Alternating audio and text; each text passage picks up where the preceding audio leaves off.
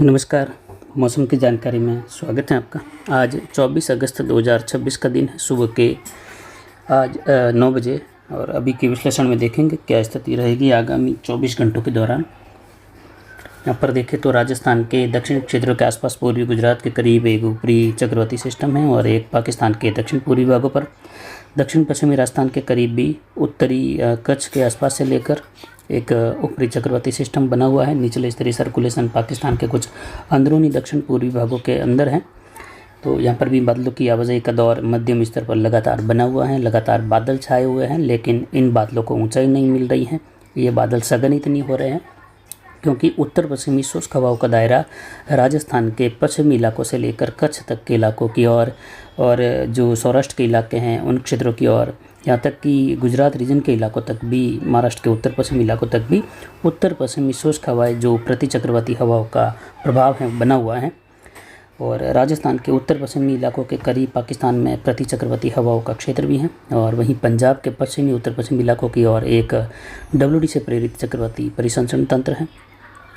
उत्तर प्रदेश के पश्चिमी मध्य भागों के आसपास एक चक्रवाती सिस्टम बना हुआ है और वहीं बंगाल की खाड़ी के जो उत्तर पश्चिमी तटीय किनारे हैं उसके अंदरूनी भागों की और उड़ीसा पर एक निम्न दबाव का क्षेत्र जो नया बना हुआ है और उसके आगामी 24 घंटों के दौरान पश्चिम उत्तर दिशा में आगे बढ़ेगा और उड़ीसा, छत्तीसगढ़, पूर्वी मध्य प्रदेश और उत्तर प्रदेश के बिहार के क्षेत्र में कई जगहों पर मूसलाधार वर्षा होगी और भारी से बहुत भारी वर्षा भी इन क्षेत्रों में पूर्वी मध्य भारत में दर्ज की जाएगी।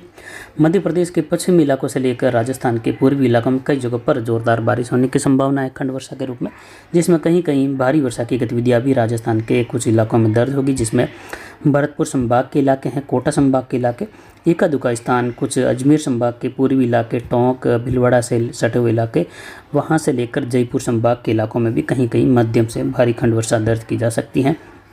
इधर आज अरावली रेंज के पश्चिमी इलाकों से लेकर भी हवाओं का पैटर्न थोड़ा बदलेगा। सिस्टम के प्रभाव और दक्षिण दिशा में बने हुए सर्कुलेशन और एक दक्षिण पश्चिमी राजस्थान के करीब की स्थिति, तो यहाँ पर हवाओं का पैटर्न मध्यम ऊंचाई पर बदलने से उत्तर पश्चिम दिशा से बादलों का झुकाव पूर्व की ओर बढ़ता हुआ देखा जाएगा, जिससे कुछ जगहों पर बादल में गर्जन और बिजली चमक की गतिविधि एक स्थानों पर संभव है।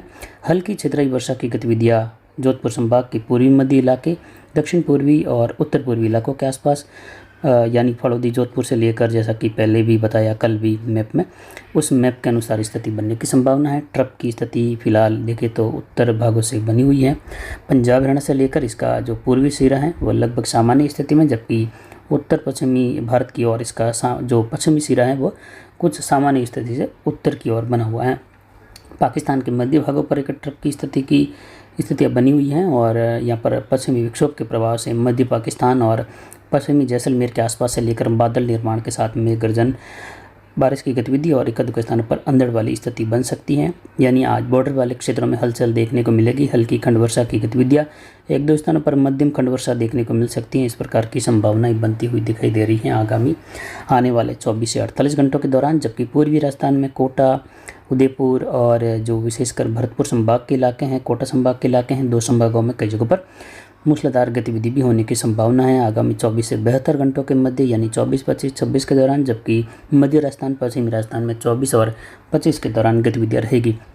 आज दोपहर से लेकर कल दोपहर के बीच में कुछ जगहों पर पश्चिमी मध्य राजस्थान के इलाकों में छितराई वर्षा की संभावना है। मैप पर देखें तो जोधपुर संभाग का दक्षिण पूर्वी इलाका, जहां आप देख सकते हैं 0 से लेकर 15 मिलीमीटर वाली खंड वर्षा की गतिविधि छितराई वर्षा के रूप में कहीं कहीं देखने को मिलने से छोटे इलाकों में कहीं कहीं राहत वाली स्थिति बन सकती है।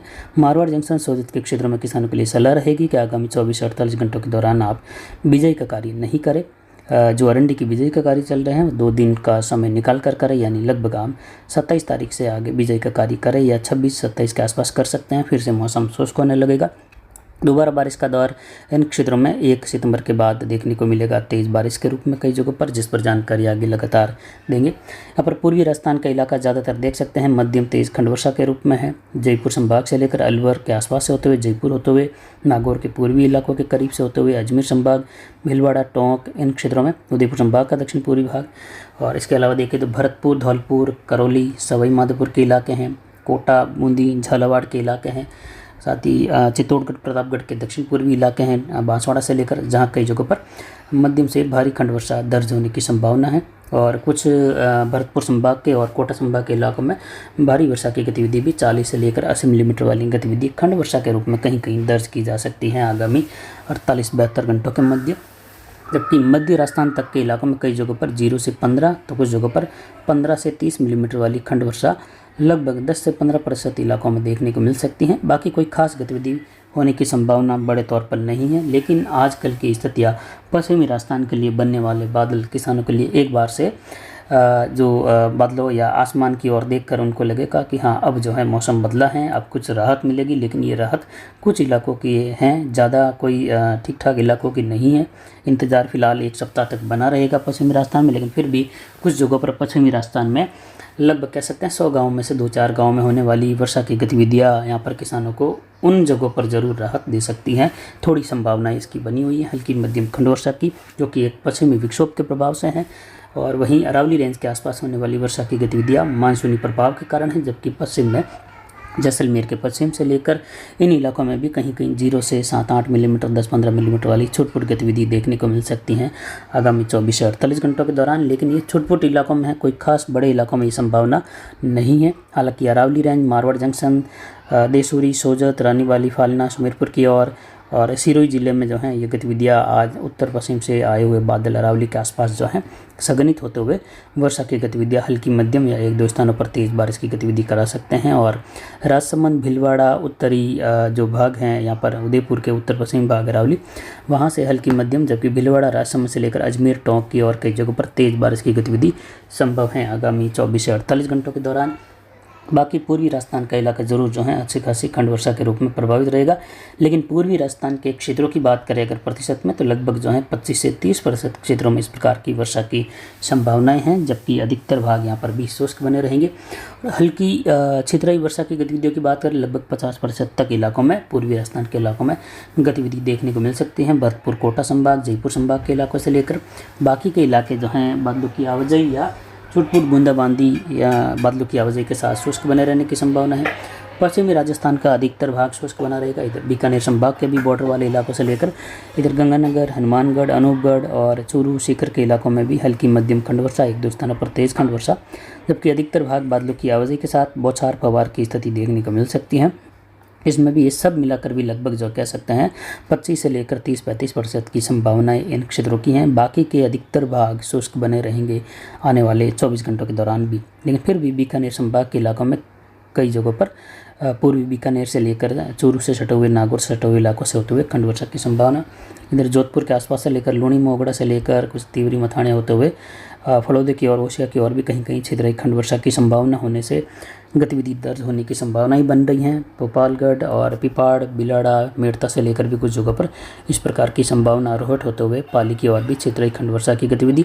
लेकिन ये वर्षा जो है कोई फसलों के लिहाज से ज़्यादा कोई राहत वाली गतिविधि देने की स्थिति में नहीं है।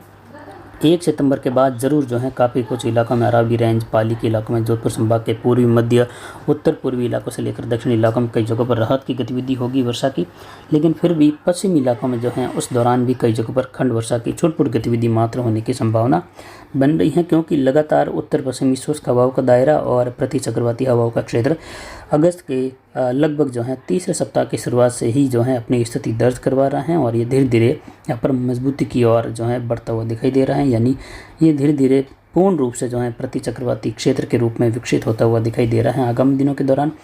जब ये जेट का प्रभाव दक्षिण होता है और तीव्र हवाओं का मुख्य प्रभाव देखा जाता है, तो ये डिस्टर्ब होकर यहाँ से हट जाता है और कुछ दिनों के लिए स्थितियाँ अनुकूल बनती हैं। उसी समय अगर कोई सिस्टम बंगाल की खाड़ी से बनकर आगे बढ़ता है तो पश्चिमी क्षेत्रों तक मानसूनी प्रभाव देखने को मिल सकता है। लेकिन फिलहाल प्रति चक्रवाती हवाओं का प्रभाव सीधे पश्चिमी राजस्थान से लेकर गुजरात, सौराष्ट्र और गुजरात रीजन के इलाके, कच्छ के इलाके, उत्तर पश्चिमी महाराष्ट्र तक जो है शुष्क हवाओं का दायरा है, जिससे बादलों का निर्माण यहाँ पर नहीं हो रहा है। केवल निचले स्तरीय बादल लगभग 500 मीटर से लेकर 1500 मीटर के बीच वाले बादल बने हुए हैं और इस प्रकार की स्थिति इस एंटी साइक्लोन की यहाँ पर बन रही हैं, जो कि इस प्रकार की शुष्क हवाओं का दायरा है। और पूर्व से आने वाली हवाओं की स्थिति केवल पूर्वी राजस्थान तक सीमित है। लेकिन जैसे ही प्रभावी सिस्टम होता है और आसमान की गहराई तक उसका प्रभाव बढ़ता है, जैसे डिप्रेशन हो या डीप डिप्रेशन, तब जाकर जो ये हवाएं थोड़ा रुक जाती हैं और इस डिप्रेशन, डीप डिप्रेशन की हवाओं का प्रभाव पश्चिम की ओर तक हो जाता है, जिससे वर्षा की गतिविधियाँ दर्ज होने लगती हैं। लेकिन फ़िलहाल ऐसी संभावना एक सप्ताह तक नहीं है।